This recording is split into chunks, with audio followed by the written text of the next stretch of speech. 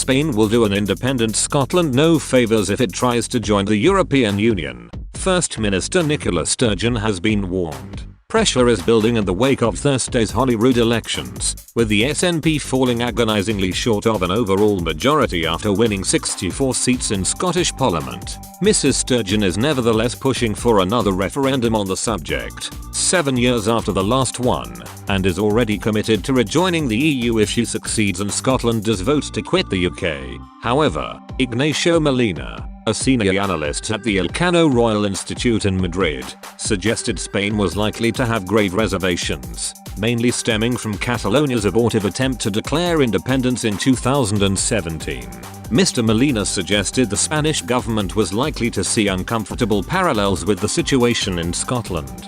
He tweeted, "It is crucial for Spain that any Scottish secession is legal under UK law, and not declared unilaterally as Catalonia's regional government tried to do in 2017. Yet as long as this condition is respected, there won't be a veto."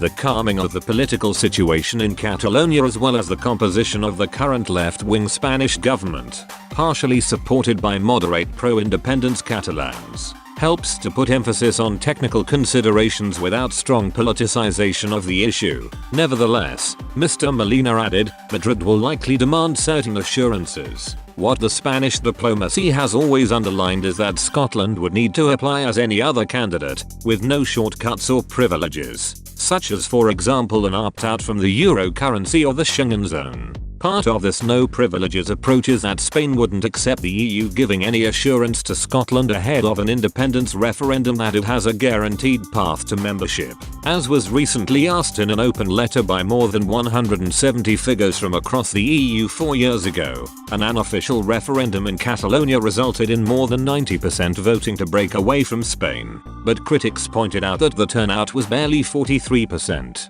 The aftermath saw widespread violence and riot police clashed with protesters, and Carles Puigdemont, Catalan's president, and his cabinet subsequently fled the country, with international warrants issued for their arrest. Mr. Puigdemont is currently living in exile in Morocco. Speaking in 2018, Joseph Borrell, who is now the EU's High Representative, or top diplomat, but was at the time Spain's foreign minister, appeared to give tacit backing to an independent Scotland joining the bloc. Asked if a Spanish government would accept the idea, he said, "Why not? If they leave Britain in accordance with their internal regulation. If Westminster agrees, why should we be against it?" he added. "I think the United Kingdom will split apart before Spain." However, speaking last month, Maraghi Leravax, professor of constitutional law at the University of Barcelona, suggested the Spanish government might opt not to acknowledge Scotland's independence. She said, "We had a football match, Spain against Kosovo, and there was the biggest scandal. On Spanish television they wrote Kosovo in lowercase because Spain doesn't recognize its independence." Ms. Aguilera-Vax added, "I guess it would be the same for Scotland for sure. They don't want to replicate what is happening here with Catalonia." Speaking alongside former French President Francis Hollande prior to the 2013 referendum, former Spanish Prime Minister Mariano Rajoy said, "It's very clear to me, as it is for everybody else in the world, that a country that would obtain independence from the EU would remain out of the EU.